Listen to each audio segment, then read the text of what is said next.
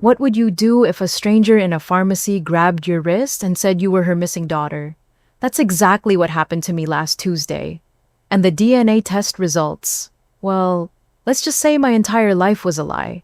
This is the story of how I discovered I wasn't who I thought I was. You know that feeling when you're just trying to get through another Tuesday and life decides to completely flip your world upside down? Yeah. Well, that was me last week. And I'm still trying to process what happened. Actually, let me back up a bit and paint you the full picture of how ordinary this day started. So, picture this, it's a Tuesday in Seattle, which means it's raining.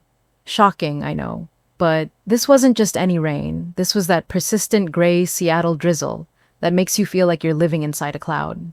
The kind of weather that seeps into your bones and makes you want to hibernate until spring comes back around. I'm Madison. I'm 31, and I make content for a living. Before you get excited and start imagining some glamorous influencer lifestyle, let me stop you right there. I'm not some TikTok star with 1 million followers and brand deals falling out of my DMs. I design TikToks and Reels for small businesses. Think local coffee shops that can barely afford my rates, boutique stores that sell overpriced candles with names like Autumn Dreams and Mystic Forest, and yoga studios run by women named Crystal who insist on paying me in positive energy and essential oils. It's not glamorous, but it pays the rent on my 1-bedroom apartment in Capitol Hill. And honestly, most days I love it. There's something satisfying about helping a small business owner figure out how to make their homemade soap go viral, even if viral for them means 50 likes and 3 comments from their mom. But that Tuesday, I was feeling absolutely miserable. I'd been fighting this sinus infection for like 2 weeks, and it was winning. You know, that gross, congested feeling where you can't taste anything and your head feels like it's stuffed with cotton balls soaked in cement? That was my whole vibe. Everything tasted like cardboard, my head was pounding, and I'd gone through approximately 17 boxes of tissues. My apartment in Capitol Hill was becoming my prison. It's this cozy little place on the 3rd floor of an old building with windows that actually open, which is rare in Seattle. I've got plants everywhere because I read somewhere that they're supposed to improve air quality, though. Honestly, I think they're just judging my life choices at this point. There's my fiddle leaf fig that I've somehow managed to keep alive for 2 years, which feels like a small miracle.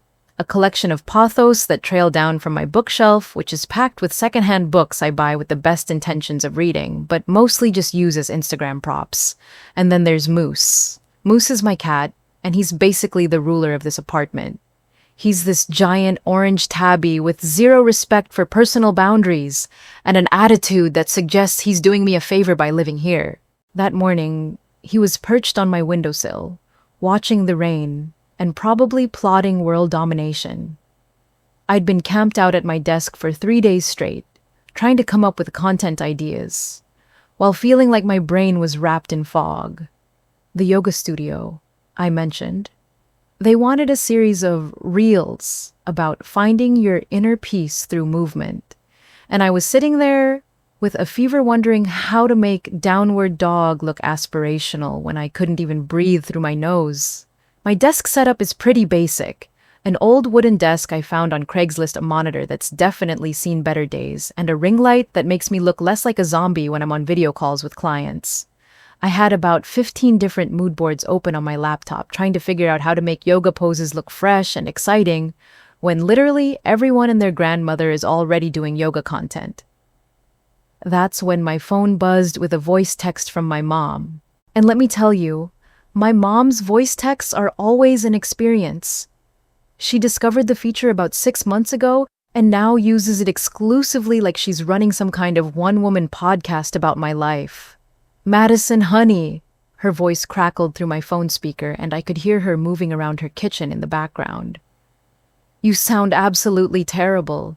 I can hear it in your voice even through text messages, which doesn't make sense, but a mother knows these things. Please, just go get those antibiotics. You've been sick for 2 weeks now. Stop being stubborn and just go to the pharmacy. You know how you get when you're sick. You turn into this hermit who thinks she can cure everything with tea and stubbornness, but honey, sometimes you need actual medicine. She wasn't wrong about any of it. I was being stubborn. There's something about being an adult and having your mom tell you to take care of yourself that makes you want to do the exact opposite, you know? Like, I'm 31 years old, I can decide when I'm sick enough to need medicine. I don't need my mother, who lives 20 minutes away in West Seattle, monitoring my health status through our sporadic text conversations. But the truth was, I felt like absolute garbage. My head was pounding so hard I could feel my pulse in my temples. I'd been living on a steady diet of throat lozenges and the kind of determination that only comes from being too stubborn to admit defeat. Every time I swallowed, it felt like sandpaper. Every time I tried to breathe through my nose, nothing happened. I looked at Moose, who was now staring at me with that judgmental cat expression that clearly said, "Your mother is right, and you know it." "Fine," I said out loud, because talking to your cat is totally normal behavior. "But if I die from exposure to the outside world, it's on you for not talking me out of this." Moose just flicked his tail and went back to judging the rain. Getting ready to leave the house when you feel like death is its own special kind of torture. I stood in front of my closet for a solid 5 minutes, trying to decide what to wear to the pharmacy. It's not like anyone cares what you look like when you're buying medicine. But somehow I couldn't bring myself to go out in public wearing the same pajama pants I'd been living in for 3 days. I finally settled on this oversized hoodie that belonged to my ex-boyfriend, Marcus. It's gray and soft and makes me feel like I'm being hugged by a cloud, which was exactly what I needed. I paired it with some black leggings that had definitely seen better days, but were clean and didn't have any obvious holes, and my beat-up Converse sneakers that I've had since college. Real put-together look, obviously. The kind of outfit that screams functional depression, but in a socially acceptable way. I grabbed my canvas tote bag, the one with the coffee stain on the bottom that I keep meaning to clean but never actually do, and stuffed my wallet, keys, and phone inside. I also threw in a travel pack of tissues because I knew I'd need them, and a half-empty water bottle because staying hydrated is important even when you feel like a walking corpse. The walk to Rite Aid took maybe 10 minutes, but it felt like a marathon. Capitol Hill has this way of making even short walks feel epic because of all the hills. It's like the neighborhood was designed by someone who really believed in the power of cardio as punishment. Every step felt like I was walking through molasses, and I had to stop twice to catch my breath, which is embarrassing when you're 31, and the only exercise you're doing is walking to the pharmacy. The rain wasn't helping. It was that fine Pacific Northwest mist that doesn't look like much, but somehow manages to soak through everything. By the time I'd walked 2 blocks, my hoodie was damp and my hair was doing that weird thing where it gets frizzy but also flat at the same time. I probably looked like I'd been living in a cave for weeks, which honestly wasn't that far from the truth. Rite Aid is this little pharmacy right off Pine Street, nothing fancy. It's one of those neighborhood places that's been there forever, with fluorescent lighting that makes everyone look vaguely green and aisles that are just narrow enough to make you feel claustrophobic. The kind of place where they know your name if you've been there more than twice, and the pharmacist remembers that you're allergic to penicillin without having to look it up. I grabbed one of those red plastic baskets at the entrance, even though I was only planning to buy antibiotics. But you know how it is in pharmacies. You go in for one thing and somehow end up buying throat lozenges, vitamin C tablets, more tissues, and one of those shower steamers that's supposed to help with congestion, but probably just makes your bathroom smell like eucalyptus for a week. The cold medicine aisle was my first stop. I stood there for probably 5 minutes reading the backs of different boxes, trying to figure out which combination of chemicals would make me feel human again. There were options for daytime, nighttime severe symptoms, mild symptoms, symptoms that might or might not be related to your specific type of misery. It was overwhelming in the way that only modern medicine can be. I finally grabbed some throat lozenges that promised fast-acting relief, and a box of tissues that were supposedly infused with lotion, which sounded both fancy and potentially helpful for my poor raw nose. Then I made my way to the pharmacy counter at the back of the store to pick up the antibiotics my doctor had called in.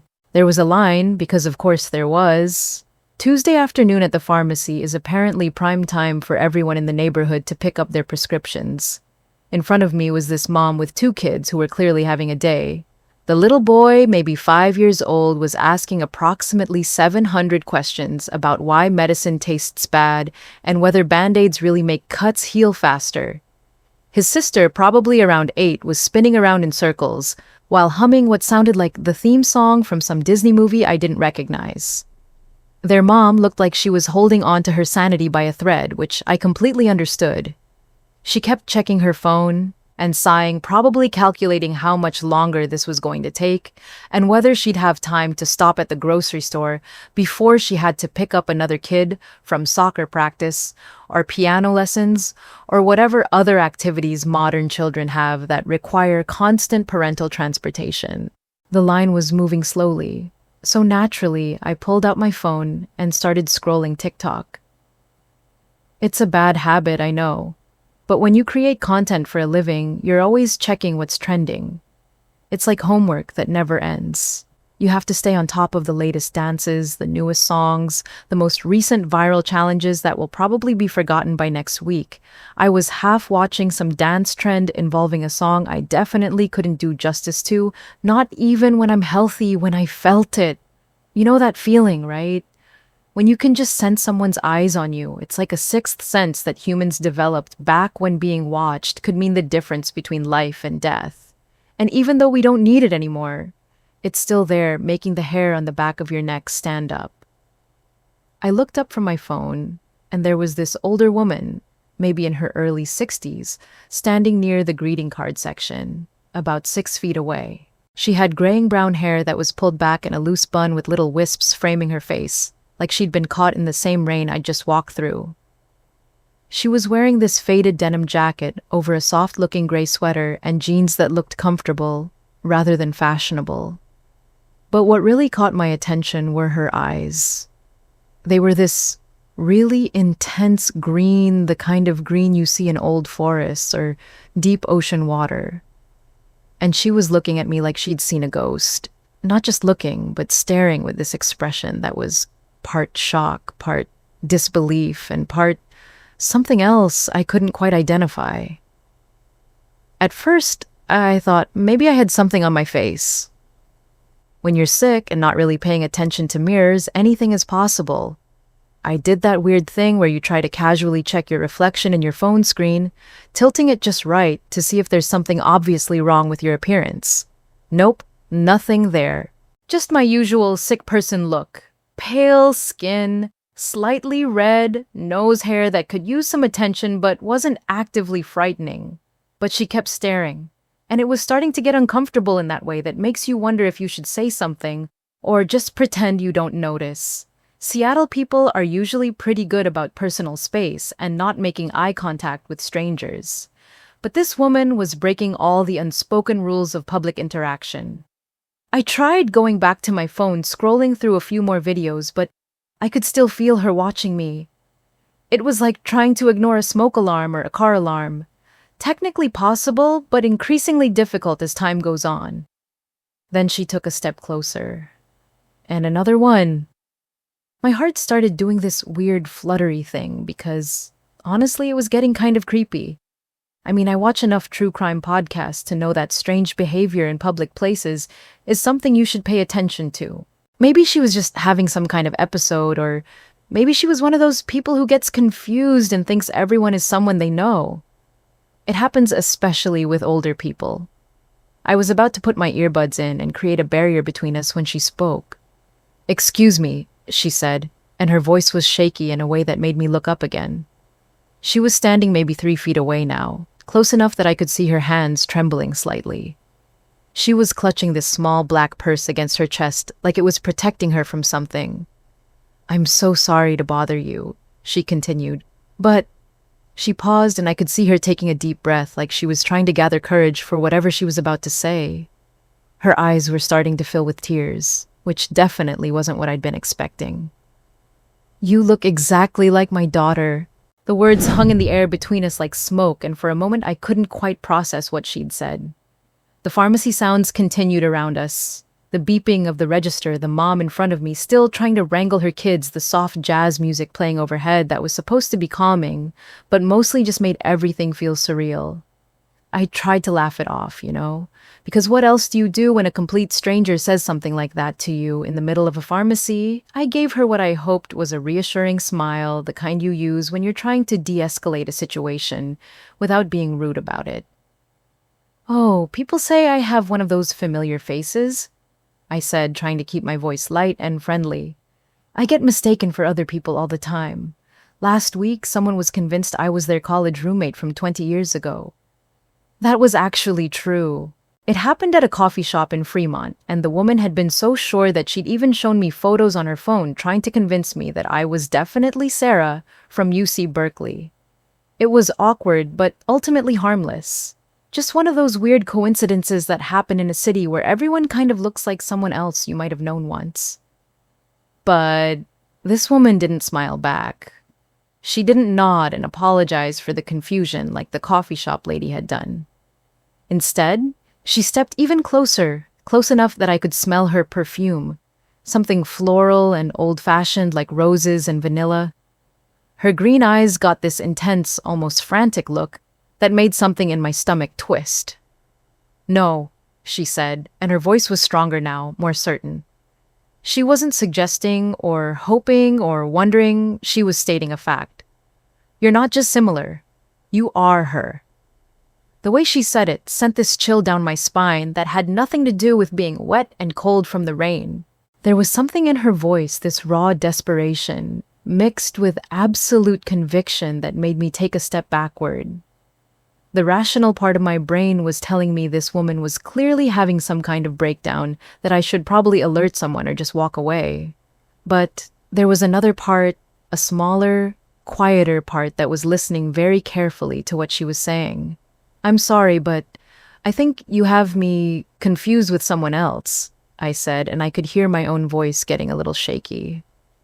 "My name is Madison Lee. I live here in Seattle. I work in social media marketing, and I'm pretty sure I would remember if we'd met before." She shook her head, and I noticed tears starting to form in her eyes. Real tears, not the fake kind people use when they're trying to manipulate you into something. These were the kind of tears that come from somewhere deep and broken, the kind that have been building up for years. "Rebecca," she whispered, and the name came out like a prayer or a wish or a secret she'd been keeping for too long. "Rebecca Lynn Harper, that's your real name. Rebecca Lynn Harper." Those words hit me like a physical blow, like someone had reached into my chest and squeezed my heart. I don't know why, but hearing that name made something inside my chest tighten in a way I couldn't explain. It was like when you hear a song that you can't quite place, but somehow know every word to, or when you smell something that reminds you of a memory you can't quite access. The rational part of my brain was screaming that this was crazy, that this woman was clearly unstable, that I needed to get away from her before things escalated. But there was something about the way she said that name, the reverence and pain and desperate hope in her voice that made me stay put. "You went missing on June 15th, 1996, she continued, and now the tears were flowing freely down her cheeks, leaving tracks through what looked like carefully applied makeup.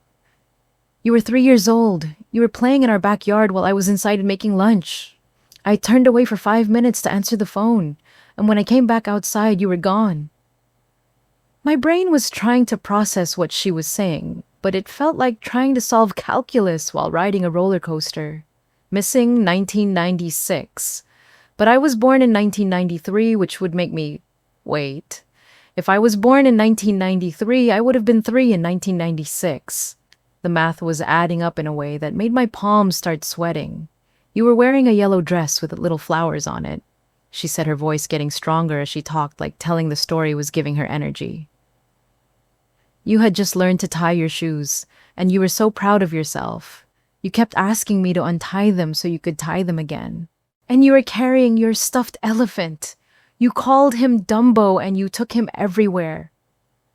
The level of detail was unsettling. These weren't the kind of generic descriptions someone would make up.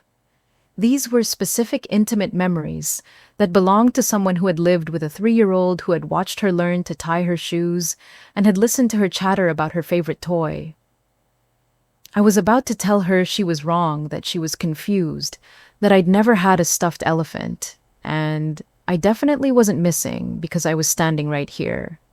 But then she reached out, again, not aggressively, but with this desperate kind of gentleness that reminded me of how you'd approach a scared animal. She touched the inside of my left wrist, right where there's this small birthmark I've had my entire life. It's shaped kind of like a flame, maybe an inch long and half an inch wide. My parents always called it my little fire mark when I was growing up.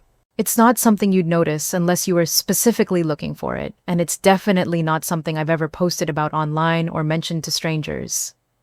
You have a birthmark, she said, running her finger gently over it with the familiarity of someone who had touched it 1,000 times before.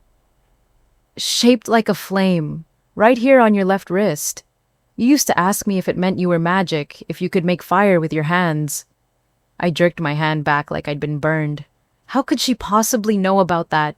It's barely visible unless you're looking for it, and the only people who know about it are my parents and maybe a few close friends who've noticed it over the years. There's no way a random stranger could know about a birthmark unless she wasn't a random stranger. How do you... I started to say, but she was already reaching into her purse with trembling hands.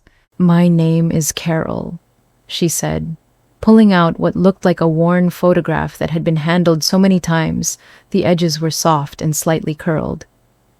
Carol Harper, and this is you. She held out the photo, and I swear the entire pharmacy went silent. Or maybe that was just my brain shutting down because I couldn't process what I was seeing.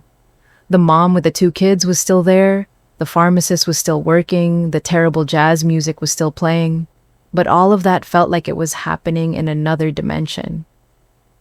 It was a picture of a toddler, maybe 3 years old, with messy brown hair that stuck up in all directions, like she'd been playing outside. She had these bright green eyes that were exactly the same shade as mine, the same shade as Carol's. And she had this crooked little smile where one of her front teeth was missing the kind of gap-toothed grin that made you want to smile back, even when you were looking at a photograph. She was wearing a yellow dress with tiny flowers scattered across the fabric, just like Carol had described. And she was holding a gray stuffed elephant that looked well-loved, with one ear that was more chewed than the other, and eyes that had been hugged so many times they were starting to come loose. But here's the thing that made my blood run cold and my hands start shaking. The little girl in that photo looked exactly like the baby pictures my mom has of me, except I don't have any baby pictures from when I was 3. All my childhood photos start when I was around 4 or 5, when I was already in preschool and had lost that toddler look. I'd never really thought about it before.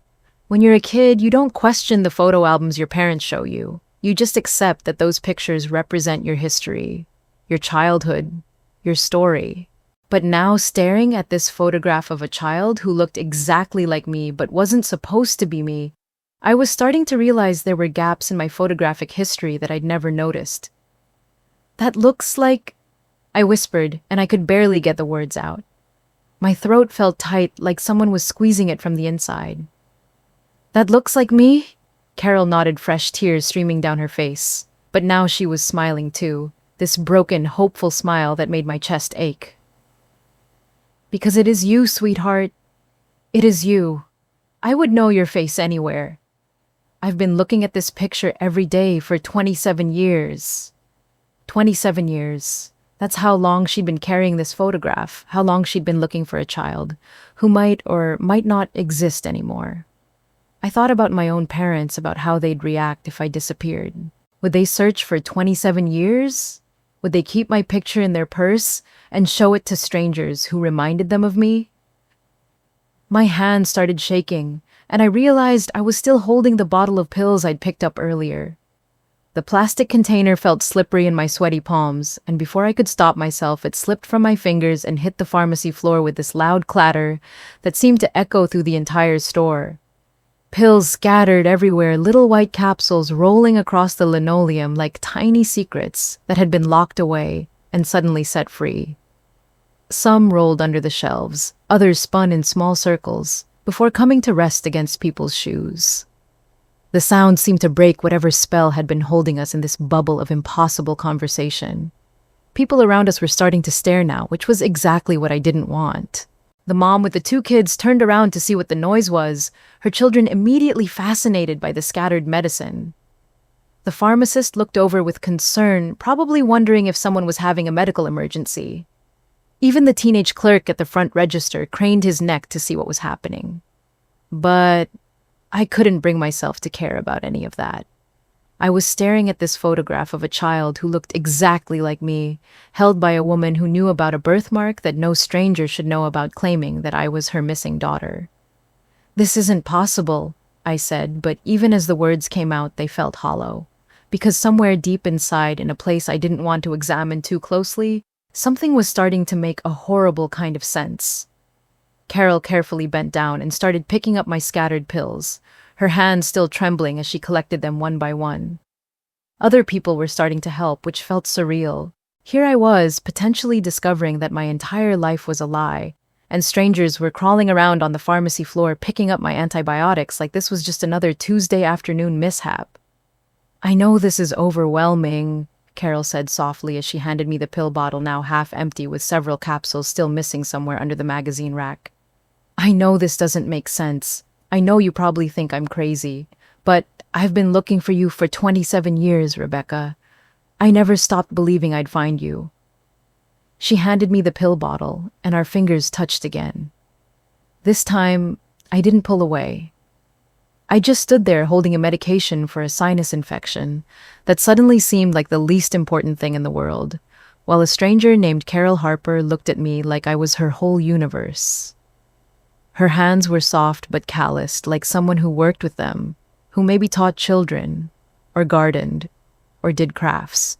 They were the hands of someone who had lived a full life, but there was something about the way she touched mine that felt familiar, like muscle memory from a time I couldn't remember. "I don't remember you," I said, quietly, and it felt like the most important thing I'd ever admitted to anyone. "I don't remember any of this, but, she asked, and there was so much hope in that one word that it almost broke my heart. "But looking at you feels like," I struggled to find the right words, "like coming home to a place I forgot I'd ever lived." Carol's face crumpled, and she covered her mouth with her free hand like she was trying to hold back a sob. Around us, the pharmacy continued its normal Tuesday afternoon rhythm, but we were frozen in this moment that felt like it could change everything or nothing, depending on what happened next. And the terrifying part, looking into her green eyes, which were exactly like mine, I was starting to think she might be right. I might actually be Rebecca Lynn Harper, the little girl who disappeared from a backyard 27 years ago while her mother was answering the phone. Which meant everything I thought I knew about my life was about to fall apart. I don't really remember how I got out of that pharmacy. One minute, I was standing there holding my half-empty pill bottle, staring at a photo of a child who looked exactly like me. And the next minute, I was outside in the rain, gasping for air like I'd been underwater. The Seattle rain was coming down harder now, soaking through my hoodie in seconds. I fumbled for my car keys, but my hands were shaking so badly I could barely grip them. When I finally got them out of my pocket, they slipped right through my fingers and clattered onto the wet pavement. Come on, I muttered, crouching down to grab them.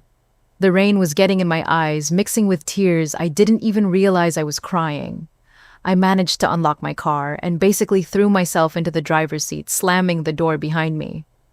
I just sat there for a minute, dripping wet and shivering, trying to catch my breath. My heart was pounding so hard I could hear it over the rain hitting my windshield. What the hell had just happened? Who was that woman? And why did looking at that photo feel like looking into a mirror from 30 years ago? I needed to get home. I needed to think. I needed to prove to myself that this was all some crazy misunderstanding. The drive back to my apartment was a blur.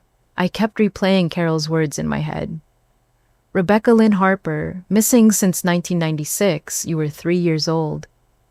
But that was impossible. I was Madison Lee. I was born on March 8, 1993, at Seattle Children's Hospital.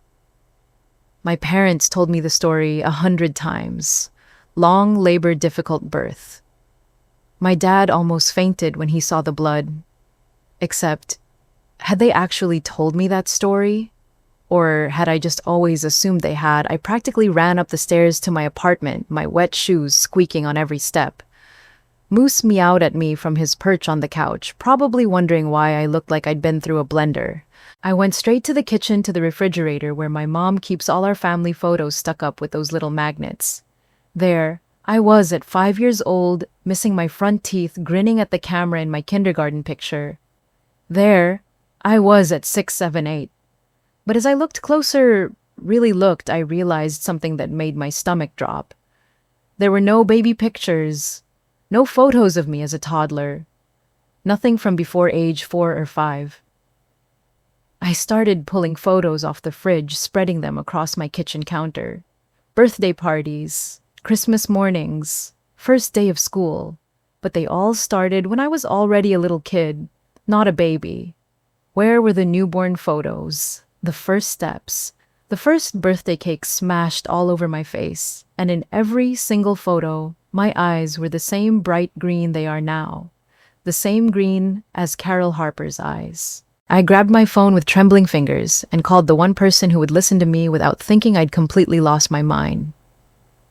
"Caleb," I said when he picked up, and my voice sounded weird and strangled. "I need you to come over right now. Something really weird just happened." "Madison, are you okay? You sound terrible." "I'm not okay. I'm really not okay. Can you come over? Please?" "I'm already getting my keys. I'll be there in 15 minutes. While I waited for Caleb, I kept staring at the photos spread across my counter. In one of them, I was maybe 4 years old, standing between my parents at some kind of carnival. My mom's arm was around my shoulders, and my dad was holding a giant stuffed bear. We all looked happy, normal, like a regular family. But now I was noticing things I'd never paid attention to before. Like how my mom's smile looked a little forced. Like how my dad wasn't really looking at the camera. Like how I was standing just slightly apart from them. Even with my mom's arm around me, I picked up one photo in particular. It was taken at Christmas, when I was probably 5. I was sitting on the floor next to the tree, surrounded by torn wrapping paper, holding up some toy I don't even remember. But what caught my attention was my expression. Most kids look ecstatic on Christmas morning, right? But I looked careful, like I was performing happiness instead of actually feeling it. And then there was my birthmark. In every photo where you could see my left wrist, there it was. That little flame-shaped mark that Carol Harper had known about without me showing her. I rolled up my sleeve and stared at it. It was just a birthmark. Thousands of people probably had similar ones. It didn't mean anything. Except it did mean something, didn't it? Because how else would a complete stranger know exactly where it was and what it looked like? When Caleb knocked on my door, I was still sitting on my kitchen floor, surrounded by family photos that suddenly felt like evidence in a case I didn't understand. I let him in, and he took one look at me and immediately went into best friend crisis mode. "Okay, what happened? You look like you've seen a ghost." "I think I might have," I said, and then I told him everything. About Carol Harper, about the photo, about the name Rebecca Lynn Harper that had made something inside me twist with recognition. About the birthmark and the missing years in my photo collection. When I finished, Caleb was quiet for a long moment. Then he sat down on the floor next to me, looking at the scattered photos. "Mad," he said softly, "when's the last time your parents talked about the day you were born?" I opened my mouth to answer, then closed it, because I honestly couldn't remember them ever talking about it. Not in detail, not with the kind of fond specificity that most parents have about their children's birth stories. "I don't know," I whispered, and that's when I knew that everything I thought I knew about my life might be a lie. Caleb grabbed my laptop from the coffee table and set it down between us on the kitchen floor. "Okay," he said, cracking his knuckles like he was about to hack into the Pentagon. "Let's figure this out. What was the name again?" "Rebecca Lynn Harper," I said, and saying it out loud still felt strange, like trying on clothes that might actually fit. but you're not sure you want to own them. He typed it into Google and we both held our breath as the results loaded. The first thing that came up was an archived article from the Seattle Times, dated June 16th, 1996. The headline made my stomach drop.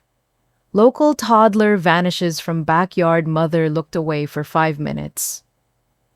Holy shit, Caleb whispered, clicking on the link. The article was short, but every word hit like a punch to the gut. Rebecca Lynn Harper, age 3, disappeared from her family's backyard in the Ballard neighborhood while her mother, Carol, answered a phone call inside. When Carol returned less than 5 minutes later, Rebecca was gone. No signs of struggle, no witnesses, nothing. Just an empty yard and a forgotten stuffed elephant lying on the grass. But it was the details that made my hands shake. Green eyes, brown hair, a small scar on her chin from falling off her tricycle the month before, and a distinctive flame-shaped birthmark on her left wrist. I unconsciously touched the scar on my chin. I'd always been told I got it from falling off my bike when I was little. But what if it wasn't a bike? What if it was a tricycle? Madison, Caleb said quietly. Scroll down. There was a police sketch, age progressed to show what Rebecca might look like as an adult. The woman in the drawing had my exact face structure, my nose, my mouth. It was like looking at a slightly blurry version of myself. Below that was the original missing poster, a photo of a 3-year-old girl with messy brown hair and bright green eyes holding a stuffed elephant. The same photo Carol had shown me, but now I could see more details. The yellow dress with tiny flowers, the crooked smile, and at the bottom in bold letters, missing Rebecca Lynn Harper. Wait, I said something, clicking in my brain. Lynn, my middle name is Lynn, Madison Lynn Lee. Caleb stared at me. That's not a coincidence. No, I said, my voice barely a whisper. It's not. We kept searching, diving deeper into this rabbit hole that was either going to prove I was losing my mind or that my entire life was a lie. We found more articles, updates over the years as the case went cold. Police interviews with neighbors who'd seen nothing suspicious. Theories about stranger abduction. Family involvement, even the possibility that Rebecca had wandered off and been taken by someone passing through. But then Caleb found something that made everything feel horribly real. Madison, look at this. He pulled up a Facebook profile. Carol Harper, retired teacher, lives in Seattle, Washington. Her profile picture was the same woman from the pharmacy, but younger, smiling as she held a graduation cap. But it was her post that made my heart stop. Post after post, year after year, on June 15th, the anniversary of Rebecca's disappearance. 27 years ago, today my baby girl was taken from me. We're still looking. We'll never stop looking. Another year without you, Rebecca. But I know you're out there somewhere. I can feel it. Happy 30th birthday to my beautiful daughter, wherever you are. I hope you're safe. I hope you're loved. I hope you remember that you're mine. Each post had dozens of comments from friends and family, offering support, sharing the posts, keeping Rebecca's memory alive. There were photos, too. Age progression images that showed what Rebecca might look like at different ages. At 10, at 16, at 21, at 30. The 30-year-old version looked exactly like me. This is insane, I said, but even as I said it, I knew it wasn't insane. It was terrifying and impossible and completely real. Caleb was scrolling through more of Carol's posts and he stopped on one from just last month. Madison, look at this one. It was a photo of that same stuffed elephant from the missing poster, now faded and worn, sitting on what looked like a nightstand. The caption read, "Still keeping Dumbo safe for you, baby girl. Still waiting for you to come home." She's kept the elephant, I whispered. For 27 years, she's kept it. We sat in silence for a moment, letting the weight of what we'd discovered settle over us. This wasn't just some random woman who thought I looked like her missing daughter. This was a mother who had spent nearly 3 decades searching for a child who had vanished without a trace. A child who might be me. You need to meet her again, Caleb said finally. You have to know the truth. What if I don't want to know the truth? I asked, but we both knew it was too late for that. Once you open Pandora's box, you can't just close it and pretend you never saw what was inside. Mad, look at me, Caleb said, and his voice was gentle, but firm. If this is real, if you really are Rebecca Harper, then you have a mother who has never stopped looking for you. And if it's not real, then you need to know that too. Either way, you can't just pretend this didn't happen. He was right, of course. I couldn't go back to my normal life, couldn't continue editing TikToks and complaining about my sinus infection, pretending I hadn't seen my face in a 27-year-old missing poster. I pulled up Carol's Facebook profile again and clicked on the message button. My fingers hovered over the keyboard for a long moment. What do you say to someone who might be the mother you never knew you had? How do you reach across 27 years of absence and pain with just a few typed words? Finally, I started typing. Hi, Carol. This is Madison from the pharmacy today. I've been thinking about what you said, and I think we need to talk. Could we meet somewhere? I need to understand what's happening. I read it over 3 times before hitting send. Once it was gone, floating out there in the digital universe, there was no taking it back. My phone buzzed almost immediately with a notification. Carol had replied, Rebecca, is that really you? Yes, we can meet anywhere you want. I've been waiting for this message for 27 years. And just like that, I was about to come face to face with the truth about who I really was. We met at a small cafe in Fremont, the kind of place with mismatched chairs and local art on the walls. I chose it because it felt neutral safe. Somewhere I could run if things got too overwhelming. Carol was already there when I arrived, sitting at a corner table with a manila folder in front of her and what looked like a small suitcase beside her chair. She looked different than she had at the pharmacy. More put together, but also more fragile. Like she'd spent hours getting ready for the most important meeting of her life and was terrified of screwing it up. Thank you for coming, she said as I sat down across from her. Her hands were shaking as she reached for her coffee cup. I wasn't sure if you would. To be honest, I almost didn't, I said. This is all pretty overwhelming. She nodded like she understood completely. I know this must be confusing for you. I know you have a life, a family who raised you. I'm not trying to disrupt that. I need to know. She opened the manila folder and I could see it was organized with the precision of someone who had been carrying these documents for decades. Missing person flyers with Rebecca's photo, police reports, newspaper clippings, age progression images. It was like looking at the contents of someone's broken heart, carefully preserved and cataloged. This is everything, she said, sliding the folder toward me. 27 years of searching, 27 years of hoping. I flipped through the papers, my hands trembling. There were police interview transcripts, witness statements from neighbors, even psychic readings that Carol had apparently consulted in desperation. But what stopped me cold was a DNA sample kit still sealed in its packaging. I brought this, she said, noticing where my attention had landed. If you're willing, it's the only way we'll know for sure. Before I could respond, she reached down and pulled something out of the small suitcase. It was a stuffed elephant gray and worn with one ear that was more loved than the other. The same elephant from the missing poster from her Facebook photos. This was yours, she said, setting it gently on the table between us.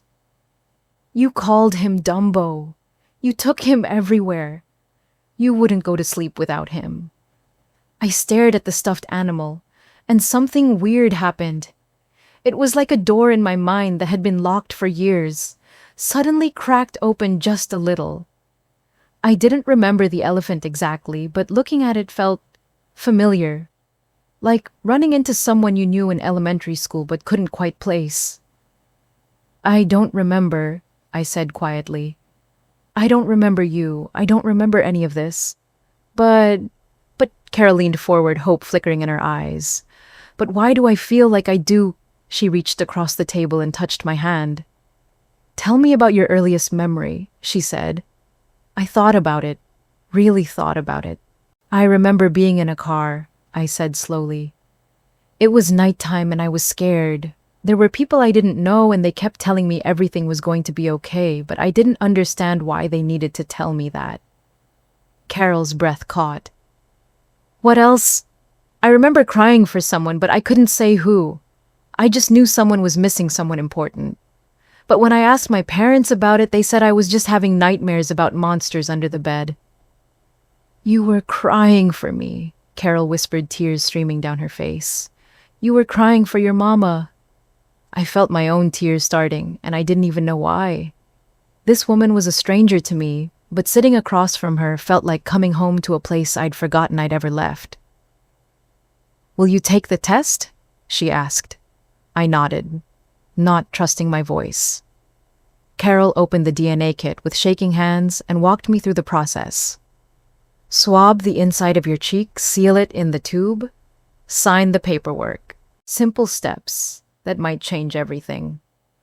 We sat in silence as I filled out the forms using my legal name, Madison Lynn Lee. But when I got to the section asking for the reason for testing, I hesitated. What do I write? I asked. Write the truth, Carol said. Write that you're trying to find your way home. After we mailed the DNA sample, I knew I couldn't wait for the results to have the conversation I'd been dreading. I needed to talk to my parents. I needed to understand how a missing 3-year-old from Seattle had ended up being raised as Madison Lee. The drive to West Seattle felt like it took forever and no time at all. My parents still lived in the same house where I'd grown up, a modest 2-story with a garden my mom loved and a garage my dad had converted into a workshop. It looked exactly the same as always, but somehow different too. Like I was seeing it through new eyes. My mom answered the door and her face immediately filled with concern. Madison, honey, what's wrong? You look terrible.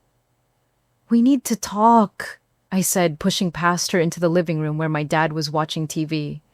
All of us. Right now. They exchanged one of those married couple looks, the kind where entire conversations happen without words. My dad muted the television and sat up straighter. What's going on? He asked. I pulled out my phone and showed them the photo Carol had given me, the one of 3-year-old Rebecca Harper holding her stuffed elephant. Who is this? I asked.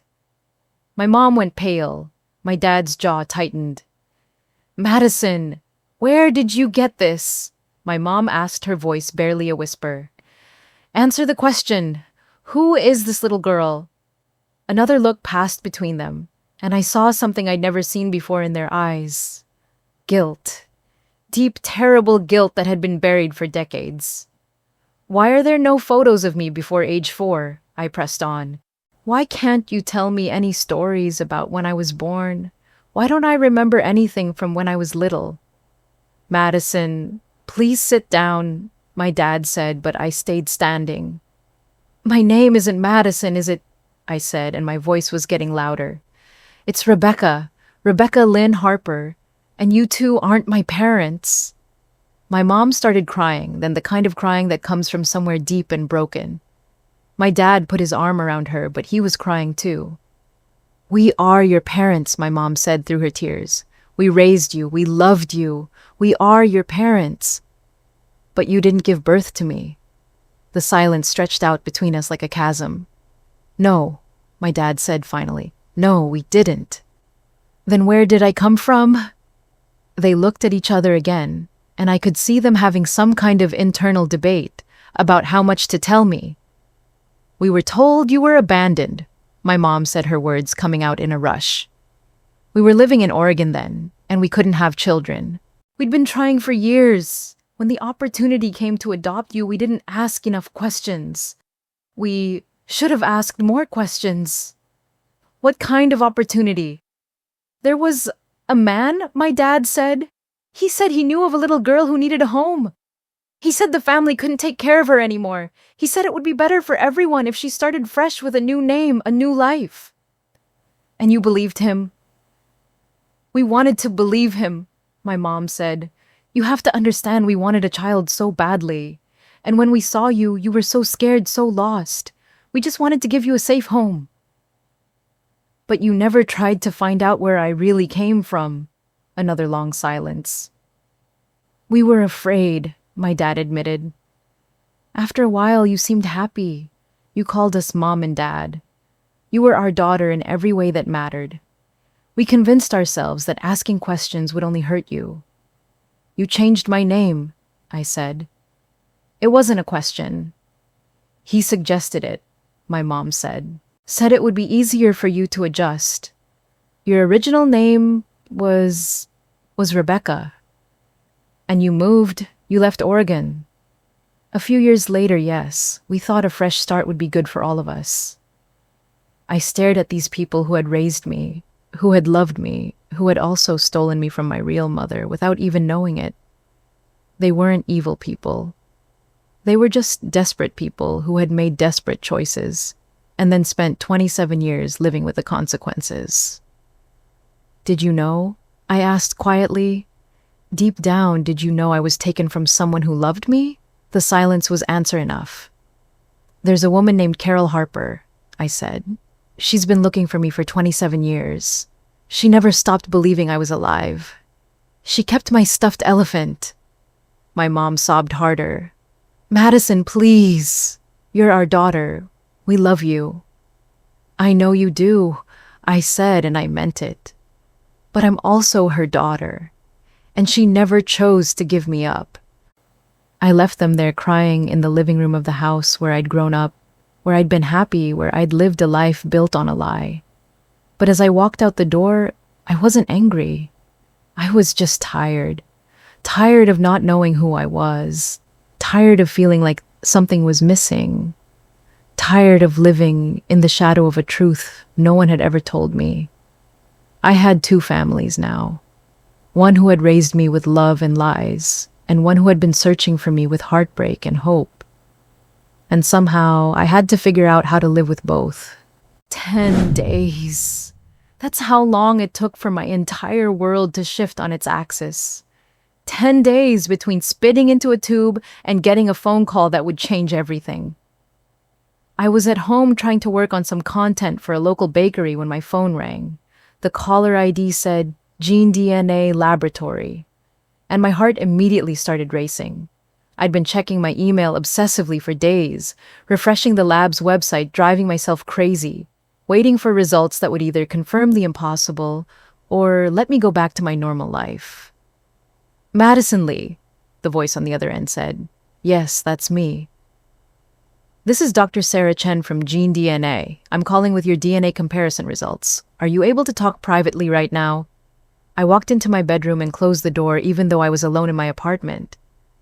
"Yes, I can talk." "Based on our analysis, there is a 99.9% probability that you and Carol Harper share a biological mother-daughter relationship. In other words, Ms. Lee, Carol Harper is your biological mother." I sat down hard on my bed. Even though I'd known somewhere deep inside, hearing it officially confirmed felt like being hit by a truck. "Are you still there?" Dr. Chen asked. "Yes, I'm here. Thank you for calling." After I hung up, I just sat there for a long time, staring at my hands. The same hands that had been missing for 27 years. The same hands that Carol Harper had dreamed about every night, wondering if they were safe, wondering if they were loved. I called Carol first. "It's official," I said when she answered. 99.9% match. The sound she made wasn't quite a sob and wasn't quite a laugh. It was the sound of a mother getting her child back after nearly 3 decades of not knowing if she was alive or dead. "I knew it," she whispered. "From the moment I saw you in that pharmacy, I knew it was you. You never stopped being mine, Rebecca. Not for a single day." "Madison," I said gently. "I go by Madison. I know that's not the name you gave me, but it's who I've been for most of my life." "Madison," she repeated like she was trying it out. "Madison Rebecca Harper." "Actually," I said, "I've been thinking about that. What if it was Madison Rebecca Harper Lee? A blend of who I was and who I became." There was silence on the other end, and for a moment I worried I'd said the wrong thing. "That's perfect," Carol said finally. "That's absolutely perfect. We agreed to meet the next day, but this time it wouldn't be in a neutral cafe. This time I was going to her house. I was going to see the room she'd kept for me all these years, meet the family I'd never known I had. Carol lived in a small house in Ballard, not far from where I'd disappeared as a child. It was painted yellow with white trim, and there were flowers everywhere. Wind chimes hung from the front porch, making soft music in the Seattle breeze. She met me at the door, and this time when she hugged me, I hugged her back. She felt small in my arms, smaller than I'd expected, but strong too, like someone who had survived something terrible and come out the other side. "There's someone I want you to meet," she said, leading me into the living room. A woman who looked like an older version of me was sitting on the couch crying before I'd even walked into the room. She had the same green eyes, the same brown hair, but with laugh lines around her eyes and a confidence I wasn't sure I'd ever had. "This is Elena," Carol said.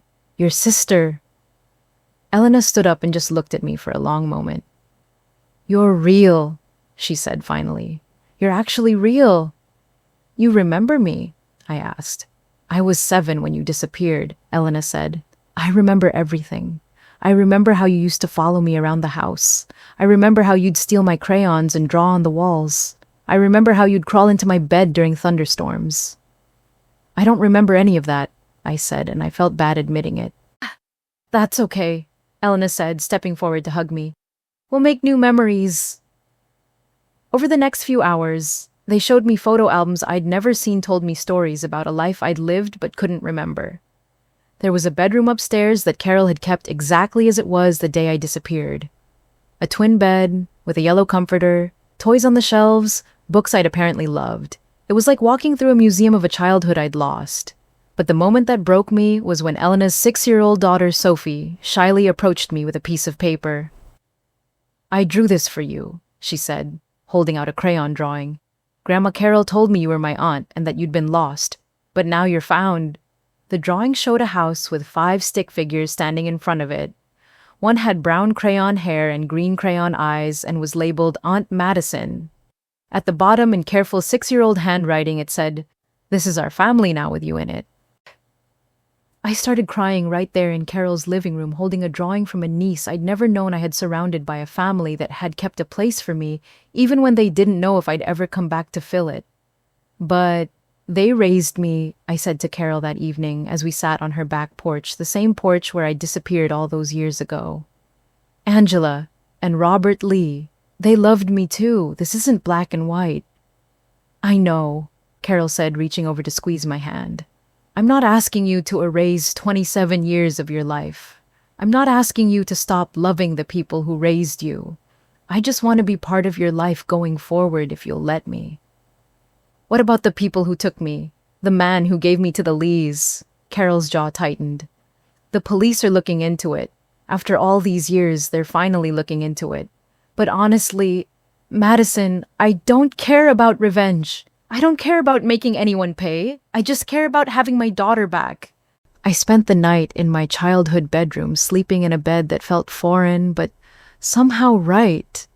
In the middle of the night, I woke up from a dream where I was 3 years old again, playing in a backyard with a stuffed elephant, calling for my mama.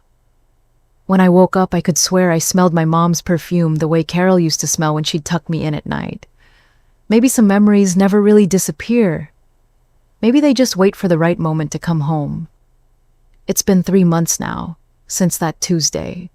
In the pharmacy changed everything. I still live in my apartment in Capitol Hill, still work as a content creator, still have the same friends, and the same life.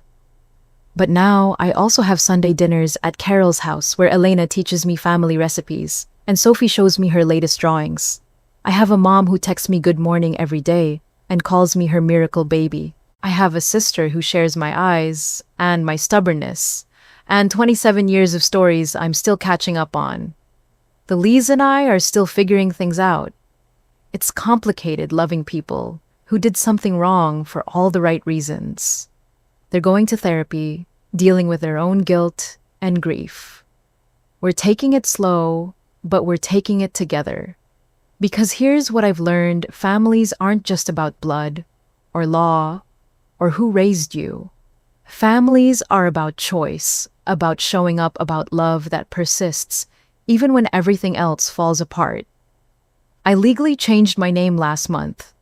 On paper, I'm now Madison Rebecca Harper Lee. It's a mouthful, but it feels right. It honors the woman who gave birth to me and never stopped looking, and the people who gave me a home when I needed one most. It's a name that tells the whole story, not just part of it. People ask me if I'm angry about the years I lost the childhood. I don't remember the family that was stolen from me. But here's the thing about anger, it's a luxury I can't afford. I could spend the rest of my life being furious about what was taken from me, or I can spend it being grateful for what I've found. I choose gratitude. I still go by Madison professionally. My clients don't need to know about the detective story my life became. But when Sophie draws pictures of our family, when Carol tells me stories about the daughter she lost and found again, when Elena and I discover we both hate cilantro and love old movies, I'm Rebecca. I'm the little girl who came home. The truth doesn't always destroy. Sometimes, if you're really lucky, it rebuilds. It takes all the broken pieces of your life and arranges them into something new, something whole, something beautiful. Sometimes the truth sets you free in ways you never knew you needed freeing. And sometimes, just sometimes, lost little girls find their way home. Have you ever discovered something that completely changed how you see your life? Let me know in the comments below. And if you want to hear more stories like this one, hit that subscribe button and the notification bell.